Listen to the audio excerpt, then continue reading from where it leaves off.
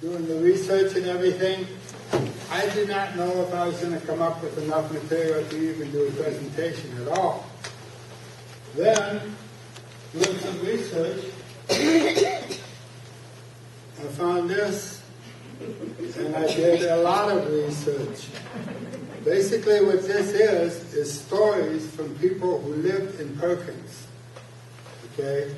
Plus, I did newspaper articles, a lot of newspaper articles, between the Hall Index, at that time it was Hall Index, or the Sioux County Index, and the Alton Democrat, and the Sioux Center Herald. Those three papers, I did a lot of research to get the information I got. Now, with Perkins, when I got done, I had about 2 hours speech, and I thought, nobody's going to sit that long.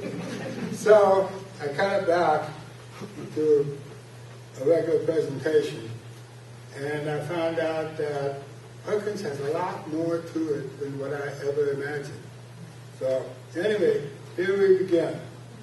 Perkins, a thriving town in its day, and this is the history from the stories of the people that lived there and what documents I could find.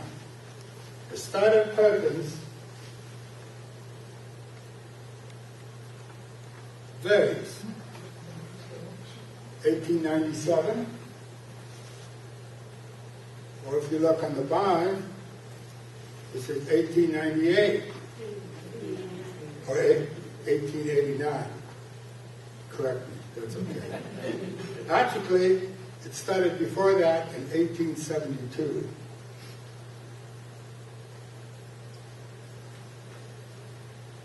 Charles W. Sawyer settled in the southeast corner of what we now know as Perkins Corner.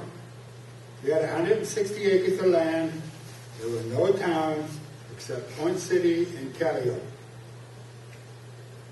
Just prairie, as far as you could see. Then Charles built a log cabin on that corner, and it ended up where he hauled the logs from the Rock River, which is 7 miles one way, with a horse and wagon. There were no roads, just over the prairie. He built it on the southwest corner of what we now know as Perkins Corner. Charles saw the Milwaukee Railroad come through, and you can see, and the Milwaukee Railroad, when they laid tracks north of his cabin. Pattersonville had a few houses, but it still did not have a town name. As more settlers came in the area, there was a demand for a postal service. So, Charles Sawyer's log cabin became Maybelle Post Office. Okay, got Pattersonville. Here's Charles Sawyer, and that was his log cabin there. And he watched the railroad came in. When he first came, this is a plat map of 1885. So in 1872, there was hardly anybody around at that time. So it got filled up pretty quick. And that's the reason why they had to have Maybelle Post Office. Pattersonville didn't have anything as far as postal service goes. The railroad was a big factor on why Perkins got started. In 1890, the Great Northern Railroad laid tracks through Sioux County, and Mr. Henry Miller had 40 acres next to the tracks.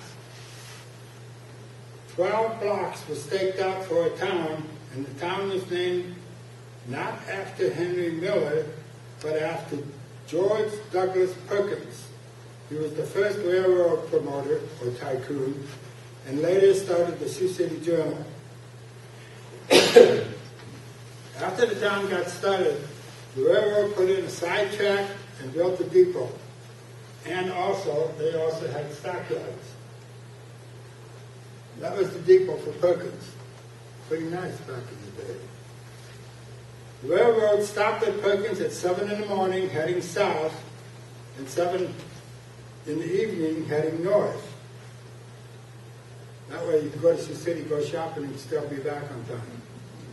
Train shipped out 50 to 75 carloads of grain and livestock every month, and 20 to 25 cars of coal, feed, and flour came into Perkins. Hobos just loved Perkins, and Mrs. Bonestore, which we'll get into a little bit here, would fix a hot meal for the hobos. Also, if the train passed with a bunch of hobos on it, the kids would throw tomatoes and rotten eggs at them. The trains quit stopping in Perkins around 1940s. The reason why is because of the automobile and the trucks, where they could take the livestock and the grain by truck to wherever the livestock used to be all shipped by train, and instead they got trucks to ship the livestock to Sioux City stockyards. Now, after the train got established, things happened quickly. Homes were built starting in 1890, when the railroad tracks got laid. In 1891, the Congregational Church was built, and a year later, the Methodist Church was built. Within the next 5 years, there were 3 elevators, a large warehouse, a big lumber yard, a bank, a hardware store, a general store, 3 blacksmith shops, a Christian school, a public school, and in 1904, the Perkins population was a grand total of 100 people, and it had 20 houses. Now let's start out with the churches. Unfortunately, I could not find any picture of the churches. So, as I stated before, the Congregational Church was built in 1891, and everything went okay until gradually people started going to the Hall Congregational Church. And then in the late 1830s, the church closed and it was torn down. The Methodist Church was built a year later, in 1892, on the north side of Perkins. In 1904, it was dismantled because everybody went to Hall to the Methodist Church. Bill Dykstra dismantled it, and he built a house from the lumber that he got from that. And like I said, everybody went to the Hall Methodist. Now, who in the world would want to live in Perkins? Well, let's start out. Bert Bonestore's family, Henry Holt, John Whitty, Stephen Ruckel, Herm Vanderweer, Ed Dykstra, Bill Kaiser, Mrs. Salou, A. D. Brogue, D. Biker, Bill Dykstra, P. Willinger, a Wiginga family, 10 Hansel families, Sidney Bogard, and M. Prince. Now, there were more kids than adults in that little town. As a matter of fact, there was 5 kids to 1 adult. So that place was packed with kids. Now you're going to see a little bit why.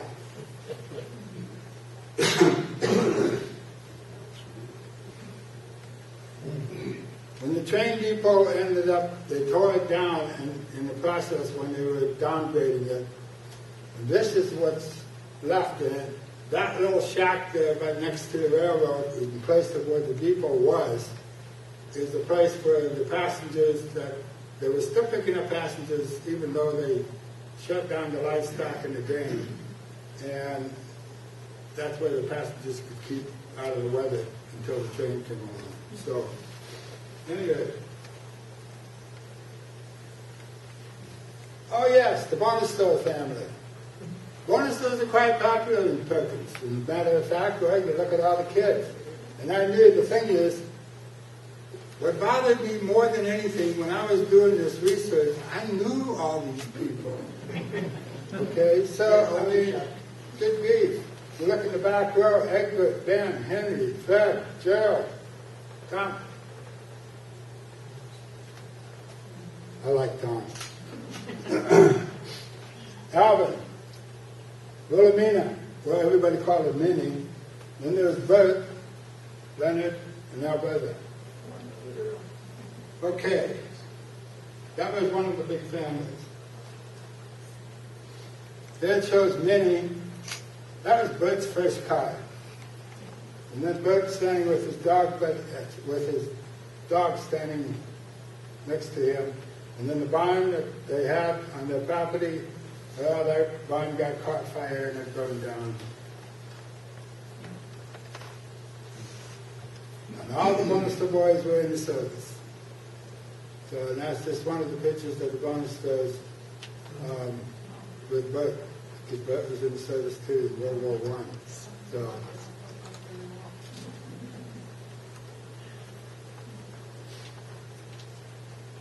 this is Bert and Minnie on their 55th anniversary. Anyway, Minnie, she was a character. She's one of those where kids would play ball and she'd be out there pitching. You know, she'd be right down there with the kids. She was a spry one. I do remember her. That just tells me how old I am. One of the other families is the Van Ruckel, Steve Van Ruckel. And Johanna is actually his second wife. But keep in mind with Steve, because I'm going to get into the story of Steve a little bit later on. Ed Dykstra.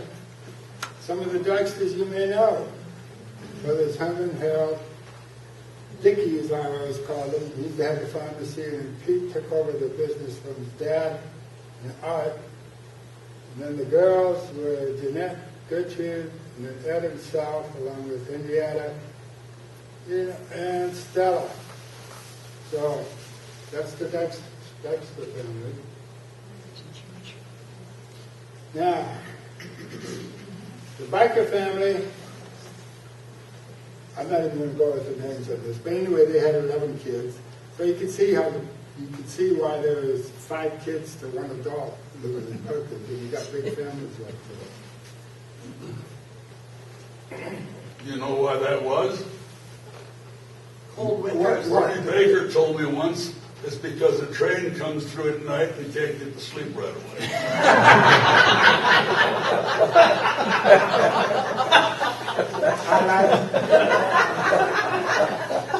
I like it. And then there's, I'm going to write that down. Anyway, then there's Bill Dykstra.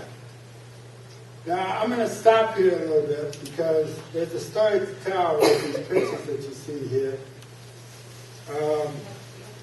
As I mentioned before, Perkins had 3 grain elevators. They had the Thorpe elevator, which was built around 1890. It was one of the first ones that was built. And this was run by Bill Scouten. Remember that name. Jacob Herbert DeYoung, and Bill Dykstra. And it was torn down around 1936. And the Atlas elevator, that's this one up here. That was built around the same time as the Thorpe elevator, and it was run by Mr. Bennett, who, by the way, assaulted William Scouten. And here's the story that makes it interesting. William Scouten came in with a load of grain and was applying some harsh words to Mr. Bennett in Dutch. Bennett, in turn, knocked off his hat, and Bennett was arrested and fined $8.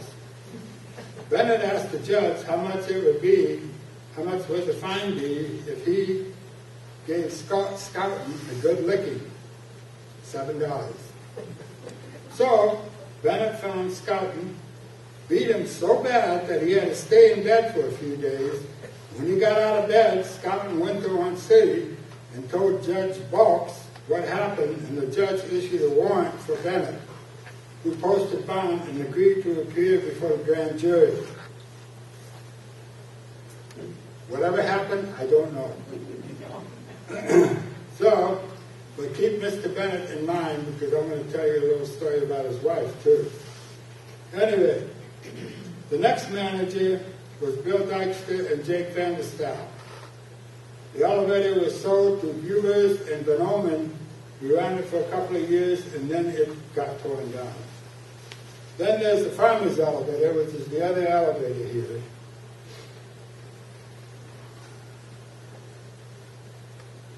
built around 1900 and was operated by a Mr. Beach and later a Mr. Barber and then a Mr. Zupman.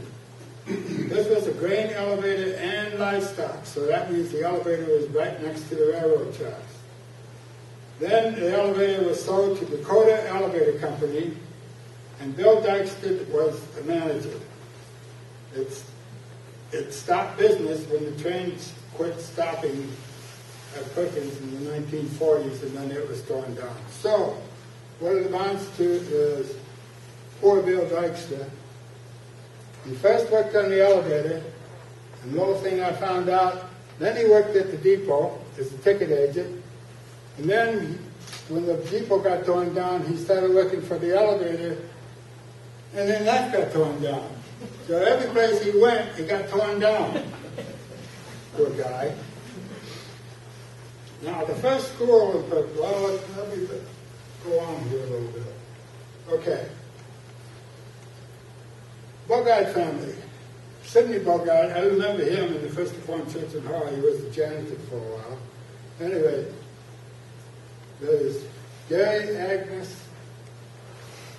Let's see, wait a minute. Gary, Agnes, that's Sidney's wife, and Agnes, Gertrude, Jim ended up being minister, and then Sidney himself. Okay, then more families. Bungar's family. I'm not sure where it follows in as far as family tree goes on that. I'm not positive which Bungar's that is. Could you back that picture up one? Back up one. Okay. Yeah, see, Jim and one of the other brothers. The other brothers would be Gary. Jim both became ministers. Oh, Gary did too? Yeah. I did find Yeah, something about Gary. him, about Jim in the Sheldon paper, that he was a minister over there. So. Jim was a better minister of the two. Oh, yeah. Good to know. Good to know. Bogart family. The Jensen family, this taken in 1942. Related to you, Gerald? Yeah, that's my grandparents That's your grandparents and dad. and your dad? Grandparents, yeah. Okay. This is the Viss family, Peter Viss. Yep. Now, remember this used car lot on Perkins Corner? There's Henry. So, and this is what a Perkins person is supposed to look like. With a team of horses to go with it. So that was John Cruzy. Mile and a half south of Perkins. Okay. Now, the first school in Perkins, which is what you see there, was a Christian school which was located on the east side of town. It started with the school board that consisted of Ben DeYoung, J.C. Scott, the Reverend Heine, C.R. Box, Luke Faber, A. Brummel, and A. Bernstein. On March 10, 1909, they bought 1.5 acres for $1,500, and in 1913, September 13, they had a schoolhouse ready to go for a price of $4,643.75. Mr. Henry Van Zyl and Miss Della Vanderhoek were the first teachers. For 6 years, they taught in Dutch until the government said they have to teach in English. That was in 1919. This at first was a single-story, one-room schoolhouse. Later on, a 2-story schoolhouse was built with 4 classrooms because attendance was growing. Now, I've got a few more pictures here. This is the class. That's all You're going to realize the schoolhouse was from kindergarten to 8th grade, and that's it. This is in 1914 with all the pupils. Was there just one teacher then? At that time, yes. It's almost like a country school, almost so to speak. But yeah, this one here, well, two teachers, if I'm not mistaken. And this is all the pupils, and this is in 1917. 1919, you can see where the population has grown a little bit. And that was all the kids that went to the Christian school. This is the 8th grade graduation. And Henry Van Zell, everybody called him Skippy. But anyway, he was the teacher principal. That's him in the middle there. I don't know if you recognize any of the graduate students here, but I couldn't find any names to go with the picture. There's another graduation picture.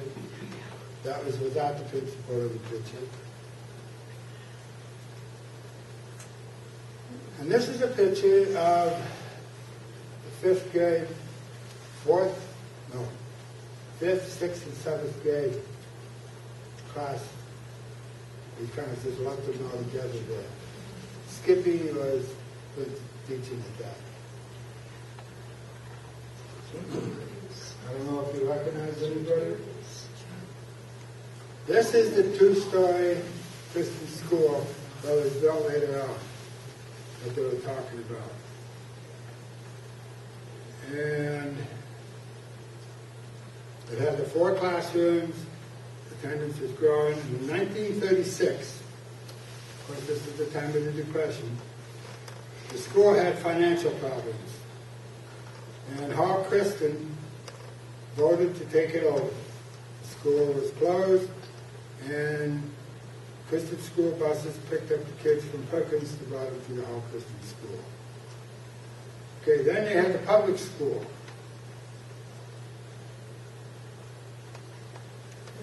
Now this is the new one. The public school was Lincoln number 7, and it was located a quarter-mile west of town. The first school was a boxcar type building, similar to the building like you saw with the first school at the Christian school. In the 1930s, they tore it down and built a fancy school, which is in the middle of, okay, the first school was in the middle of Jacob and Wise Farm. Here's a little story. Jacob got 140 acres west of town. Okay, he moved the house from Perkins to the farm so he could homestead it. Now this is all done by horses. When they got the house moved about halfway to the farm, they unhitched the horses, and the house stood in the middle of the road until the next day. The next day they finished moving the house. And then later on, when he got into the late 30s, he moved the house back to Perkins. He built his own house. So it's a very bad picture, I realize, but this is the public school that they built after they got rid of the boxcar school. Where exactly was that? I can't picture it. Well, just a little bit west. West of the tracks, I think. West of the tracks, yeah? Yeah. Okay. Okay, then you have a general store. The general store had a variety of owners, and it was built starting with a Mr. Gardner, then a John Dykstra. In 1904, Mr. John Dykstra had his store burglarized.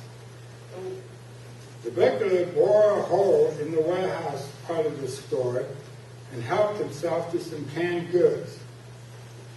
He exited through the front door, and when he did, a bell rang, which got the attention of John Dykstra. John came out with his revolver and was shooting at the burglar until he ran out of bullets. The burglar left a sack of burglar tools behind. Sheriff Harry Dykstra came by and picked up the tools and got a description of him. Then John Dexter sold the store in 1907 to the next owners, who were Mr. Van Putten and Scolton. Then their owner was Ribbons, then it was a Kaiser, then it was Leeward's Windsor, wow. Then it was Ben DeYoung and his sons, who made the store even larger, which basically doubled the size. Ben DeYoung, he farmed west of town until 1914, and then he purchased the store. And then the last owner was Stephen Ruckel. Now the store had everything in it, such as a barrel of pickled herring, all kinds of cloth to make clothes, groceries, a checkerboard for people to play, 2 telephones, telephone switchboard, and the post office. The 2 telephones, one is for Lock Valley and the other one is for Hall. Now one time a little girl asked why there were two telephones. Well, a smart-aleck boy told her, well, one is for Dutch and the other one's for English. The store also had a pedal wagon, which was started in 1915, which is with John Dexter. And this is ran by a Mr. DeVore, which went around the area of farms to pick up eggs and or sell groceries. And this is a picture of that. And there's a couple more pictures that I found. And Mr. DeVore, that's him with digging into the pedal wagon. Of course, that was out on the farm somewhere.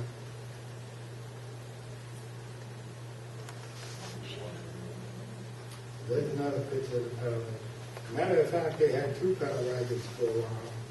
They were doing such a good business. And this is the store. This was taken in 1934. The first store, that was a wooden shop. They tore it down and ended up building this. Okay.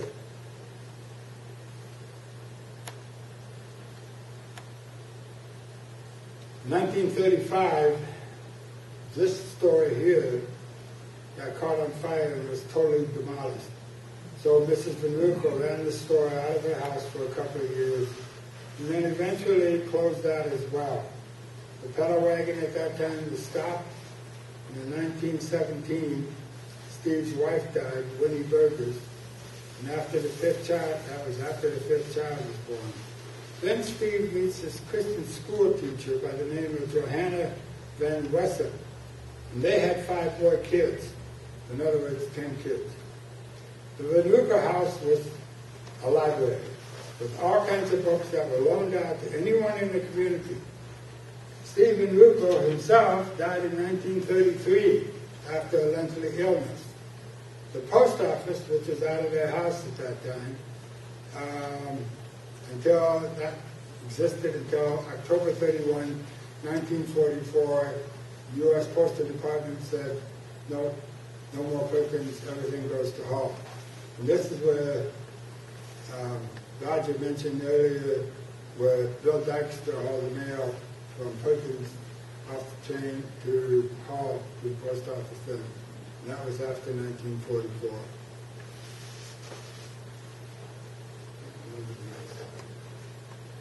Oh yeah. Yeah. This is the following prices of stuff. Wheat at 45 cents a bushel, oats 26 cents a bushel, hogs $4.20 a hog. Butter is 15 cents and eggs were 13 cents. Okay. That was okay price. The Sears catalog, now the store in Perkins had some competition against the Sears. Men's dress shirt, 40 cents. Ladies' dress boots, $2.75. Men's patent leather shoes, $1.95. Ladies' silk shirts, the grocery prices at Perkins, flour for 12 cents for the 5-pound bag, milk 13 cents a gallon, potatoes 14 cents a pound, sugar 30 cents a pound, round steak 13, and then you buy a walking plow, which is the plow behind the horse, you can pay $8.50 for a new one. And the kitchen range is $17.05. And the 5-drawer sewing machine, that's a fancy one, for $10.45. Now, what was the wages then? I will tell you, $1 for an 8-hour day. That's it. That's why these prices are cheap, because you didn't get paid very much back in these days. Okay. Now, I mentioned before there were 3 blacksmiths that existed until the automobile came around. Blacksmiths were busy with all the horses. One of the blacksmiths was owned by Bert Bonistow. Now, Bert Bonistow was ambitious because he had a blacksmith shop. He also did custom plowing for farmers, and he had a threshing machine. That guy did nothing but work, work, work. Later in life, Bert was a carpenter. The last blacksmith was Case Westerly. Okay. Then there was Perkins Corner. Some of you might recognize that station. There's Perkins Corner, and at one time there were 4 gas stations on Perkins Corner. Henry Blankenspore started the first gas station on the southwest corner of the intersection in the early 1920s, and that's what this is. It sold gas and groceries. Shortly after, another gas grocery store was on the northwest corner. I got a picture of that. And now, in 1936, Highway 75 and Highway 18 got paved. Before they used to be, it was gravel or dirt, depending on what part of the road you were on. And the intersection was Y-shaped. So Highway 18 came to 75, and then they split off. Some of you will remember those days. Okay? And then after that, I found one place where it said there were 3 more gas stations besides these 2 on Perkins Corner. But one of the gas stations of the 5 was there for like 2 years and said the heck with it. One of the gas stations, not these 2, was run by Ed Skolton. Ed Skolton was a trucker in Hall, and he decided he needed to be home more instead of on the road. So they opened up the gas station, and Perkins ended up, his wife did all the cooking and baking and everything on the cafe part of it. They did that for 2 years, and Ed said, and that's what he ended up doing. Okay. Perkins existed pretty much during the Depression days of the 1930s. Everyone was poor, but everyone had a large garden, a goat and or a cow, maybe a pig or 2, which is on the front yard, and they always had chickens. A barn by the house for the horse and livestock, and it was common for every house in town. Yeah, this is common for everybody. So in other words, basically you need a half a block in order to have a barn with all your animals and your house. So you probably only had 2 families living on a block. Anyway, corn cobs were used for heat to warm up the house in the wintertime. And if they were lucky, they would find some coal that fell off the trains along the tracks. Now, living in a small shack across from the Christian school to the west was a Henry Hutz. He had a goat that he milked for food, and he never got married. He would yell at the kids that bothered his goat on the way walking home from the Christian school. And he also had a small junkyard collection. Today, it's bone store salvage. Okay, let's go to the first crime that was committed in Perkins. Very first one. This is March 31, 1894. Mr. Averill rented a patch of ground from Mrs. George Bennett. Bennett, remember him from the elevator incident? He wanted to raise turnips there and left them for the winter. Well, last week, Mr. Arbor attempted to harvest them. Well, Mrs. Bennett ordered him to depart quickly, and he did so in no pleasant manner. So Mrs. Bennett opened fire on him with her shotgun, and lodging 2 balls of the 3 in his leg. Mr. Arbor went to Hall to get mended and issued a warrant for her arrest. Judge Squire, which is the judge in our city, fined Mrs. Bennett $50 and had her released because she was arrested.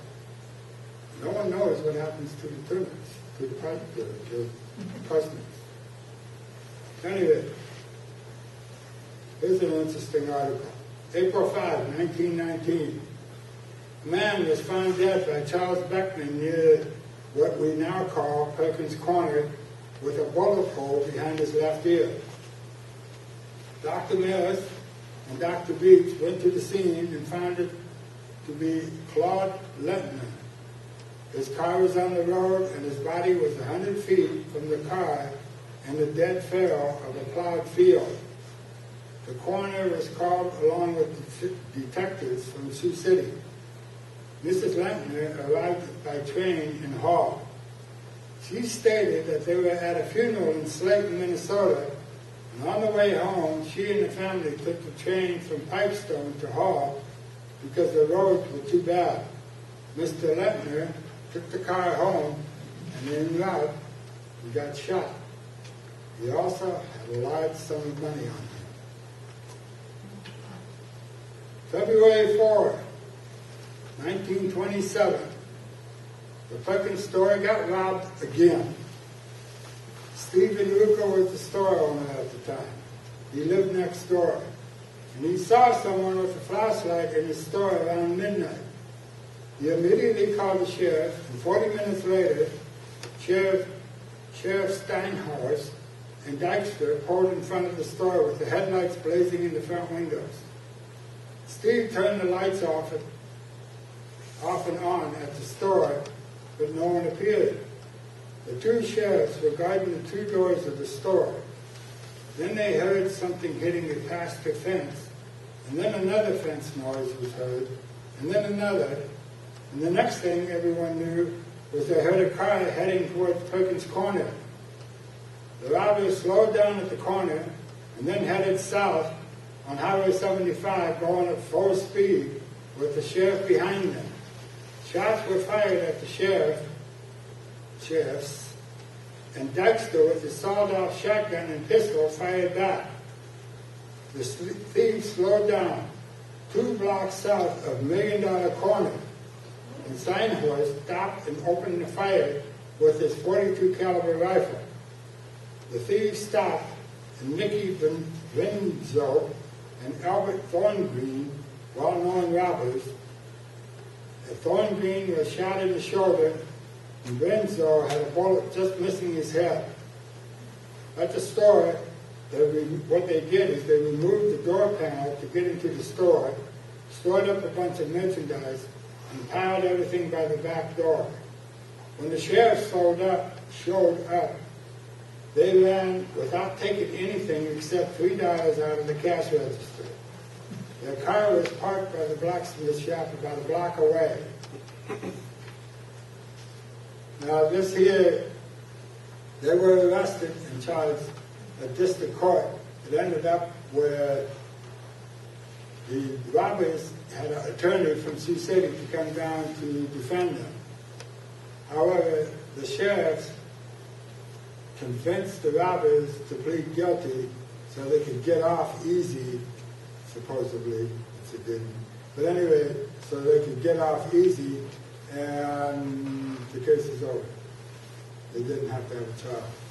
So all they had to do is, from what I understand, they ended up with 30 years in prison. Okay, here's another news clipping. 1899, the street improved greatly after the weeds were cut down. January 26, 1933, 3 men held up to 2 gas stations at gunpoint around 4 o'clock in the afternoon, driving an old car. They got $10 from the Milby station and $20 from the Champlain station. They suspect that the robbers were the same guys that held up the bank in Algona. Another clipping. October 31, 1936. It's official.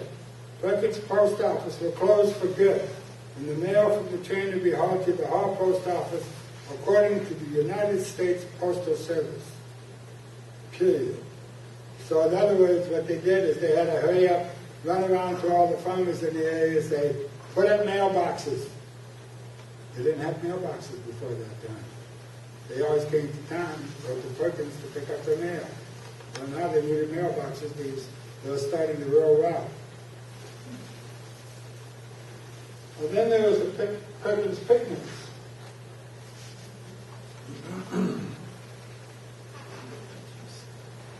This is the Perkins picnic in a grove about a half mile west of town, where they celebrated Independence Day and celebrated the annual Mission Fest by the Christian Reformed Church. That was right around 1900 from what I was figuring out from the pictures and everything. And then there's another picture, 1939 when this picture was taken, supposedly. That was Independence Day. So, that was in a half mile west of town in the Grove. Anyway, another incident. In other words, Perkins had a lot of crime. Jiminy Perkins. 1920, a hay pile, this is pile, not bales. The hay pile got caught on fire, and Perkins had a fire truck, but they ran out of water before the fire was out. So the Hall Fire Department got called, and they put out the fire. Then in the 1930s, the warehouse, the lumberyard, the hardware store, what was part of the bank, got caught on fire, and again, Perkins ran out of water and called Hall to the rescue. But it was too late. There was only one thing left. That was the general store and the elevators. Okay, Perkins News. Found some interesting. I love old newspapers. Give you an example. This is the Perkins News in the paper. An event occurred last Saturday at the home of John Hummey, northwest of Hall and Perkins. A stranger asked admittance to their home. It was a bright baby boy of average weight and pleasant disposition. Miss Luella Smith, daughter of Mr. and Mrs. Augie Smith, visited at the home of her Aunt Leo DeZook of Hayward. Another one was Mr. and Mrs. Lambert Renz, visited at the Garrett Van Zexum home in Hall. I'm not going to read them all, trust me. This is the Mr. and Mrs. Henry Zook, Reverend Van Kirkhoff, Mr. Sidney Bogart, Mr. and Mrs. Frank and Margaret Bungars, Vogel and Mrs. Sam Adama went to Council Bluffs Monday to visit Mrs. Agnes Steenhoven, who was improving quickly. I presume she was sick. Mr. Sidney Bogart remained with Mrs.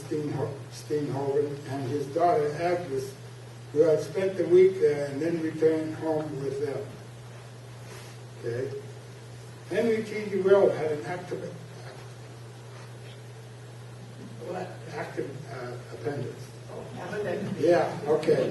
Operation at the Hall Hospital last Thursday, and he was convalescing at this time. Mr. and Mrs. Edwin Ruckel and children from Corsica, South Dakota, spent the weekend with relatives in Hall and Perkins. Mr. and Mrs. John Grove received a cablegram from their son Chester on Monday that he arrived safely overseas. So with that, I'm thinking this is right around World War II. Because I knew Chester Grove, he was the minister. I got a little story to tell you. The gas station on the southwest corner of Perkins.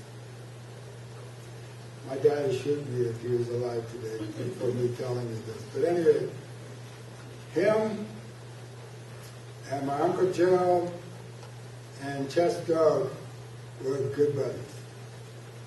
Well, what they would do, my dad, Ted, he would drop Gerald off at the southwest corner gas station, and he would stay there while my dad and Chess Dog gallivanting around trying to pick up women.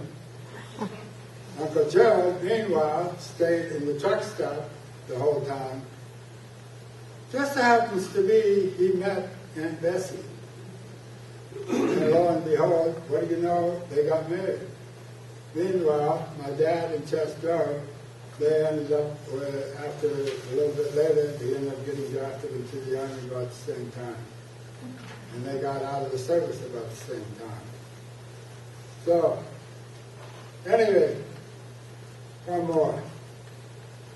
Last week, Thursday evening, Mr. and Mrs. Albert Brummel, who lived in Rock Valley, and Mr. and Mrs. Andrew Brummel, and Mr. and Mrs. Ed Dexter and family came over to help Edwin celebrate his 4th birthday.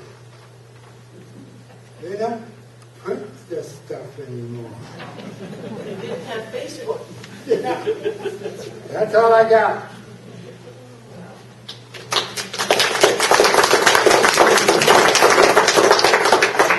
Pictures today, although it's not this auto anymore. But that's the pictures I could find. For slot trucking. So